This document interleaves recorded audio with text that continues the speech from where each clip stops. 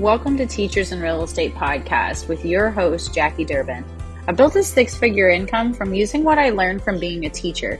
Teachers make great agents, but guys, it isn't all sunshine and rainbows. Some people are cutthroat. Some clients will make you want to throw in the towel, but your years in education have built you for a career in real estate, and I am here to help. With the right mindset and the right tribe, you can experience the same success. You can either supplement your income as a part-time agent or go full-time into real estate. The tools I share will help you gain that confidence and the expertise you need to reach your goals. Whatever your goals are, let's enjoy this time together. This podcast is geared towards teachers who are already rocking those dual careers and ones who are just wanting to now get started into real estate. If that's you, grab your notebook, your pencil, and buckle up. We are about to begin Teachers in Real Estate. Welcome back to Teachers in Real Estate. I am your host, Jackie Durbin, and I'm super excited about this series that I'm going to be doing with just some little mini-sodes. So one of the things that I always want to ask myself is, what are obstacles that teachers have either having both careers or getting started?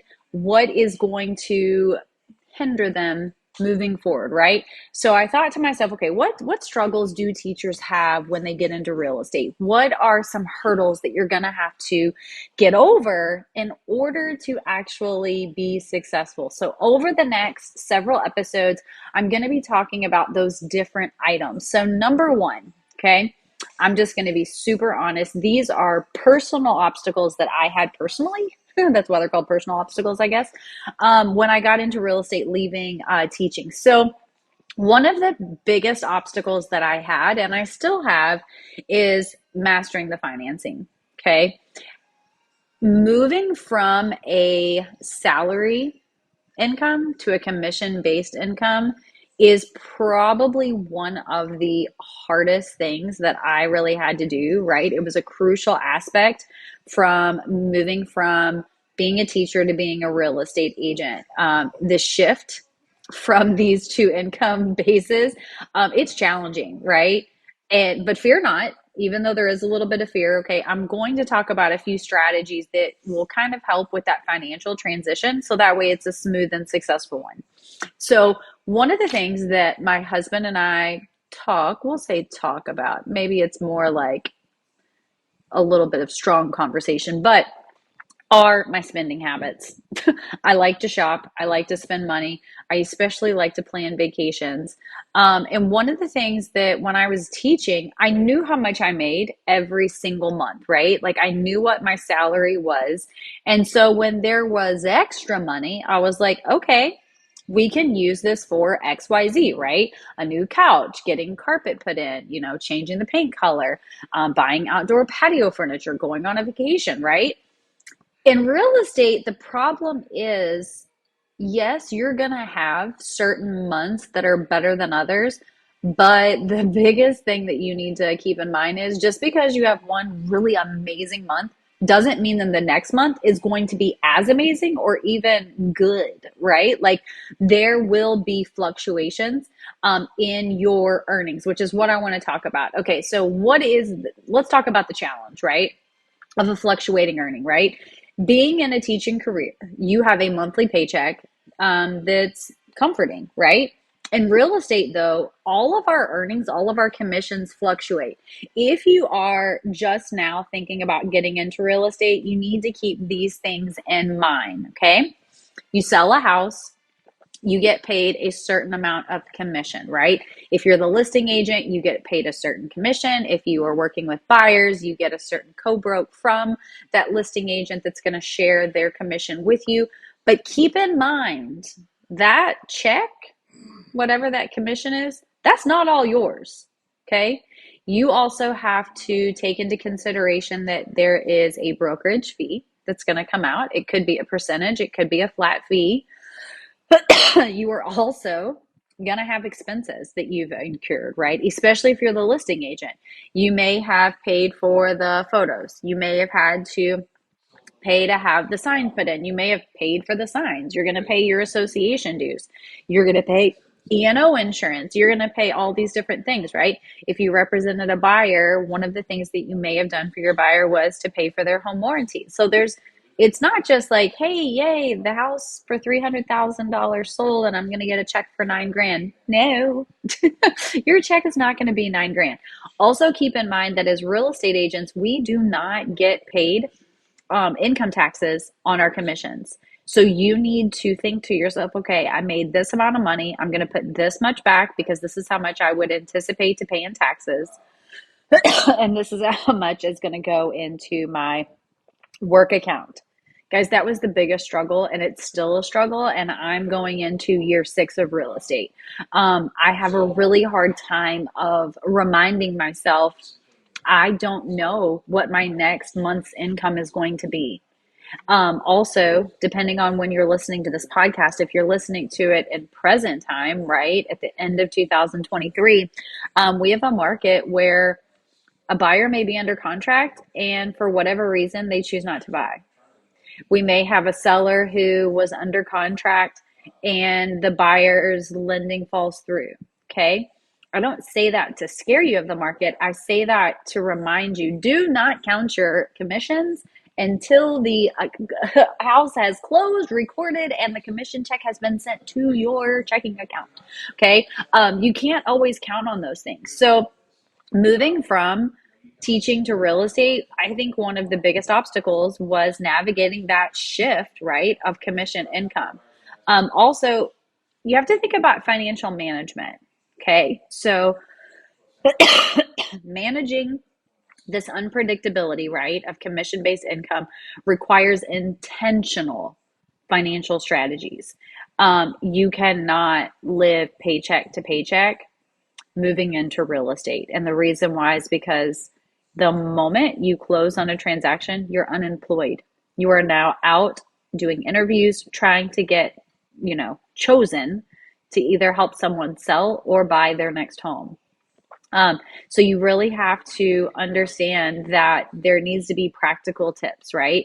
Practical tips for budgeting, creating kind of those financial buffers. And what I mean by financial buffers are, you know, you want to make sure that you are staying liquid. Okay. When I was still salaried, I would be like, hey, I need to pay off all this or I need to pay off this debt. There is such thing as good debt, um, but you need to have financial buffers, meaning you need to have so much in savings. Okay. Maybe it's a credit card for emergencies, but you also have to be able to navigate the nature of real estate earnings, right? Setting aside reserves. And then also making sure that you're handling and preparing for financial uncertainties with confidence. There is nothing scarier than going into, let's say, like, the end of the month and going, oh my gosh, I don't know when I'm going to get my next paycheck. And I know that at the first of the month, I'm going to have this bill, that bill, and the other bill, right? That's why so many real estate agents, especially when they're getting started, they're going part time. Very few will go full time, not because they lack the confidence, but they lack the reserves. Okay. So if someone tells you, oh no, you need to go into full time real estate as soon as you get licensed, I would kind of ask them what their reasoning is behind that. Typically, it's going to take anywhere from 3 to 6 months to get your first paycheck. Yeah, 3 to 6 months. So if I don't have 3 to 6 months of reserves, I need to work on saving that up, right? Before I just dive into real estate. The other thing is, let's say that I'm in real estate, right? I need to make sure that I have a couple months of income saved behind. So this has been a real struggle for me. So a couple months ago was one of my husband and I's one of our most successful months. We made in that month probably, I would say, a quarter, maybe, or maybe even a third of what we typically make in an entire year. And I was thrilled. Oh my gosh, I already knew exactly where I was going to spend that. And guess what? I failed to remember, hey, guess what? I don't know what's going to happen next month.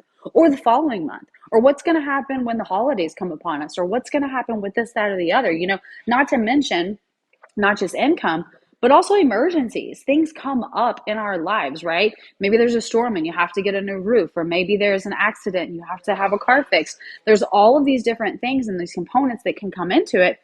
And coming into a commission-based income can be challenging. It can be scary.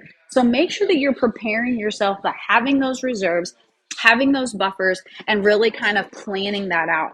The next thing is you have to really adjust your mindset of finances, right?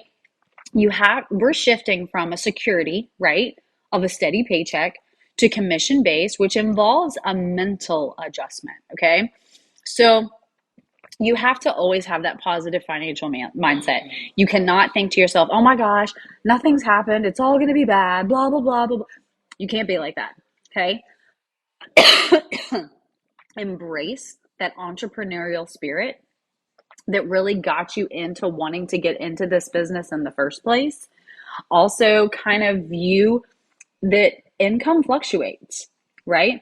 And when those fluctuations happen, those are opportunities for growth, right? Rather than sources of stress. Guys, I'm not going to lie. It's still something that I struggle with. It's still a mountain. And I think it's something that a lot of real estate agents don't talk about enough. But being your own boss is scary. There's so many different factors that come into play that are out of my control, right? I can be the best prospector.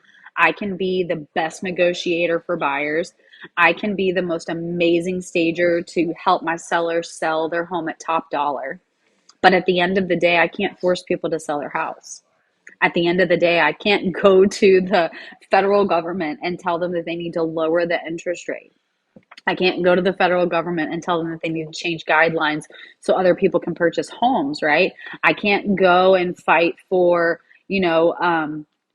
substantial home prices. These are these things that are out of my control. But it's no different than as teachers when we see a shift in the students that are coming into our classroom, right? If you've been teaching for a long period of time, you've probably seen that change. I know I did.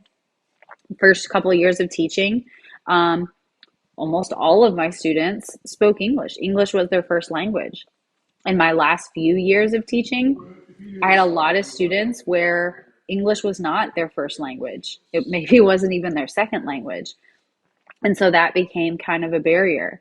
I started seeing a lot more single parent homes where, it's not that they didn't want to help. It's not that they didn't want to be helpful, but they were really lacking on time. The gap between achievement, I saw that gap getting bigger and bigger and bigger between my non at-risk students and my at-risk students. That doesn't mean I just tuck my head in between my legs and say, "Oh, that's it.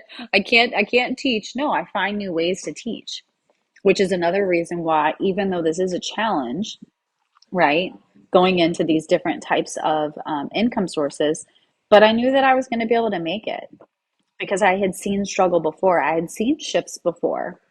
And when it did, I found a different way. Guys, adjusting to a commission-based income is undoubtedly one of the biggest challenges, right? But with the right strategies, the right mindset, teachers can turn into realtors, right? And you can navigate this transition successfully. Remember, financial flexibility is a hallmark of the real estate profession. You have control how much money you make. If you work extremely hard, if you're putting in the effort, you're going to substantially make lots more money in this real estate world that you did as teaching. Guys, but if you have questions, always reach out to me. This has been a really exciting mini episode just because I do feel like there's so much personal stuff that I can bring to it.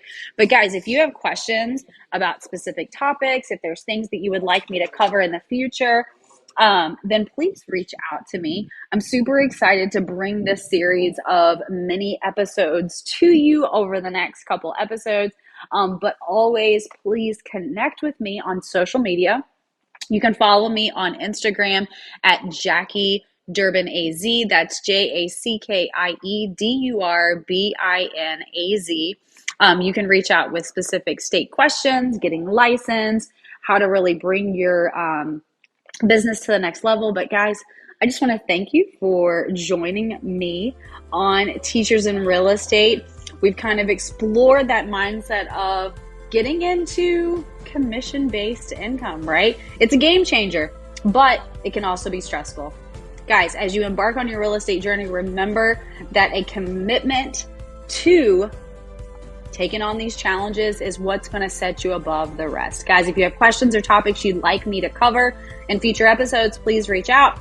Until next time, keep learning, keep growing, and keep succeeding in the ever-changing world of real estate and education. Have a great night, guys.